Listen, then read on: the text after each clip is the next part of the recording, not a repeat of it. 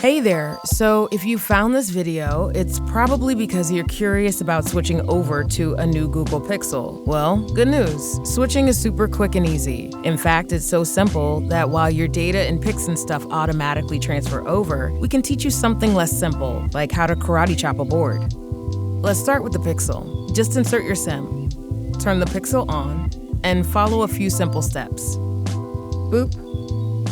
Boop. Now connect this cable to your old phone, and the Pixel will take it from here. Don't worry about losing anything. As long as you know how to plug in a cord, you can't mess this up. Your photos, contact settings, whatever, will magically come right over. Okay, now that the easy part is over, let's get to something a little more challenging. Welcome guys, today is your first class as a beginner starting karate, and this is what you're gonna learn. Our first block is Yoko Uke, which is side block. Okay, so we're going to break this move down into two sections, just so you do it correctly from the start.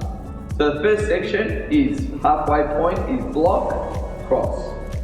Hand goes on the outside. Let's do it one more time. Block on the outside, and then together, this hit is there, the hand comes back, and the other hand goes out, like this.